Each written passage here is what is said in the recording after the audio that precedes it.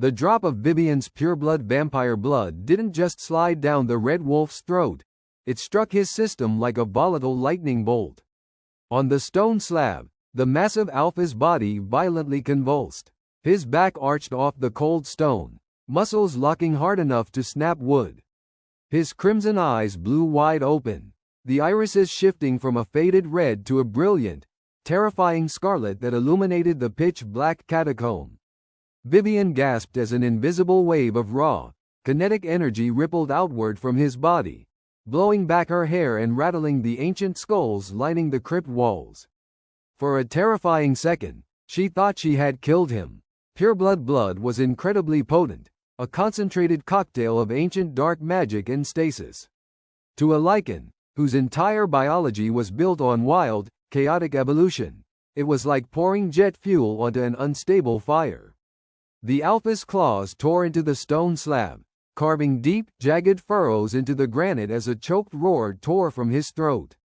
The sound was deafening in the enclosed space, vibrating through Vivian's boots and echoing up into the hidden structural pillars of the library above. Then, the miracle, and the horror, began. The black, necrotic veins that had been crawling up his chest toward his heart suddenly stalled. The silver poisoning, which had been eating him alive from the inside out, began to hiss and smoke violently against the vampire essence. It was a war of supernatural fluids played out beneath his skin. Vivian watched, completely transfixed, as the raw heat radiating from him began to melt the frost on her own pale hands. The primal, predatory connection between them snapped taut, humming with a terrifying, addictive frequency that made her crave his dangerous proximity.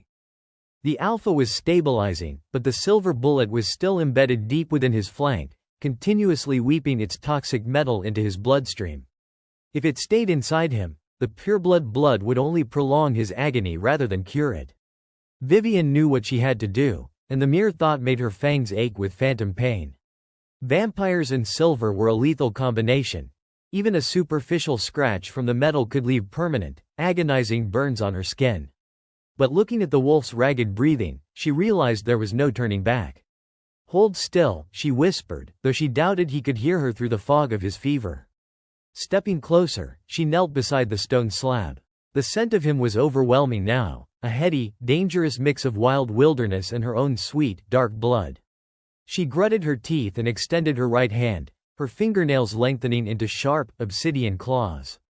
Slowly, deliberately, she hovered her fingers over the smoking, blackened wound on his side. The mere proximity to the silver made her fingertips blister, a sharp, white-hot pain shooting up her arm. She hissed, her violet eyes flashing with defensive anger, but she didn't pull away. With a swift, agonizing movement, Vivian plunged her fingers into the wound. The wolf roared, his massive hand flying up to clamp around her throat in a reflex action, his grip tight enough to crush a mortal's windpipe. Vivian choked, her vision swimming with dark spots, but she refused to stop. Her clawed fingers scraped against the jagged piece of metal buried deep within his muscle. Grating her teeth against the blinding pain burning through her hand, she hooked the silver fragment and pulled it out, flinging it across the room. The silver fragment hit the far wall with a sharp clink and tumbled into the shadows, sizzling against the damp earth. The moment the metal left his body, the alpha's grip on Vivian's throat loosened. He dropped his arm, falling back onto the slab with a heavy, exhausted sigh. Vivian stumbled backward, clutching her throat and gasping for air she didn't strictly need, her burned hand throbbing with a fierce, agonizing heat. She looked down at her fingers. The skin was blackened and peeling, healing at a painfully slow rate due to the silver's unique toxicity. Before she could recover, a sharp, metallic sound echoed from far above their heads. Clack, clack, clack. It was the unmistakable sound of heavy, steel-toed tactical boots walking directly over the hidden stone panel on the library floor.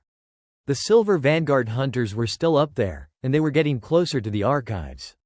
Vivian froze, her violet eyes tracking the ceiling as the muffled sound of voices filtered down through the ancient air vents. They were using specialized tracking equipment, scanners designed to detect the unique electromagnetic field emitted by supernatural creatures. "Check the floorboards," a harsh, commanding voice echoed from the vent. The lichen's blood trail ends right around this section. He didn't just vanish into thin air. Look for hidden doors, panels, anything. Vivian's heart dropped. If the hunters found the mechanism, they would be trapped down here like rats in a cage.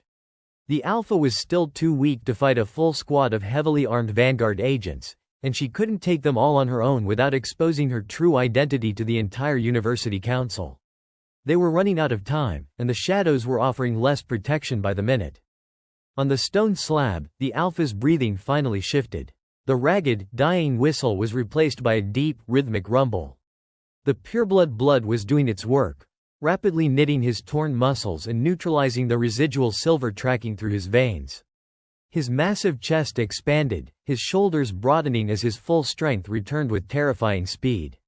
Vivian turned back to him, her defensive instincts instantly returning. He was healing, which meant he was becoming the most dangerous creature in the room once again. Slowly, the wolf opened his eyes. The wild, frenzied scarlet had faded, leaving behind two piercing, intelligent pools of deep crimson. He sat up with a fluid, lethal grace that seemed impossible for someone who had been on the verge of death just minutes prior. He looked down at his side, where the wound was now nothing more than a faint, silver scar, and then looked up at Vivian. The air between them grew thick, charged with an intense, unspoken awareness. "You saved me," he said, his voice no longer a ragged growl but a rich, velvety baritone that sent a strange shiver down her spine. He stood up, towering over her, his massive frame casting a long shadow across the crypt. A vampire saving a lichen. If my pack saw this, they would think I'd gone mad. If my coven saw this, they would execute me on the spot, Vivian replied coldly, stepping back to maintain a safe distance. She cradled her injured hand against her chest. "Don't get any ideas, Wolf. I only did it because the hunters would have killed me too if they found you on my doorstep." The Alpha took a slow, deliberate step toward her. Despite her defensive posture, he didn't raise his claws or show any signs of aggression. Instead, his crimson gaze dropped to her burned hand. Before she could pull away, he reached out and gently took her wrist. His touch was incredibly warm, a stark contrast to her permanent winter chill. Vivian flinched, expecting pain, but instead, a soothing sensation washed over her skin. The raw heat of his lichen biology seemed to counteract the cold stagnation of the silver burn, accelerating her own healing process. "My name is Killian," he said softly, his eyes locking onto hers, refusing to let her look away. "Of the Red Ridge Pack.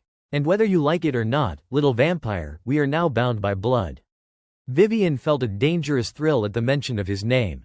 Killian. He was the missing alpha heir the rumors had been whispering about for months. The one who had supposedly gone rogue to fight the Vanguard on his own terms. "Vivian," she managed to say, her voice steadier than she felt. She pulled her hand back, though she missed the warmth the instant it was gone. "And we are not bound. You are going to leave the way you came the moment the hunters clear out." Killian let out a low, amused huff that sounded dangerously like a chuckle. "Look around us, Vivian. The Vanguard has this whole sector surrounded. They aren't going to leave until they have a body. And right now, the only way out of this valley is through them. We either work together or we die together." As if on cue, a loud, explosive boom rocked the foundations of the catacomb. The ceiling groaned, dust and small pebbles raining down onto the stone floor. The hunters hadn't found the secret lever. They had simply used thermite to blast their way through the ancient stone floorboards of the library. A blinding beam of tactical white light cut through the dust cloud from above, dancing wildly across the far end of the crypt. "Down here," a hunter shouted from the breach, his voice amplified by a tactical radio. "We've got a subterranean structure. Deploy the silver gas canisters. Don't let anything leave alive." A heavy metallic canister clattered down the newly formed hole, landing in the center of the catacomb aisle. Within seconds, a thick, hissing cloud of shimmering, pale green gas began to spew into the room. The scent of it hit Vivian immediately, causing her eyes to water and her lungs to burn with a horrific, suffocating agony.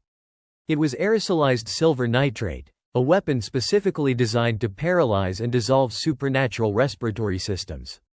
Killian's crimson eyes flared with sudden fury. He lunged forward, grabbing Vivian by the waist and pulling her against his massive chest to shield her from the spreading gas cloud. His heat enveloped her completely, acting as a physical barrier against the burning vapor.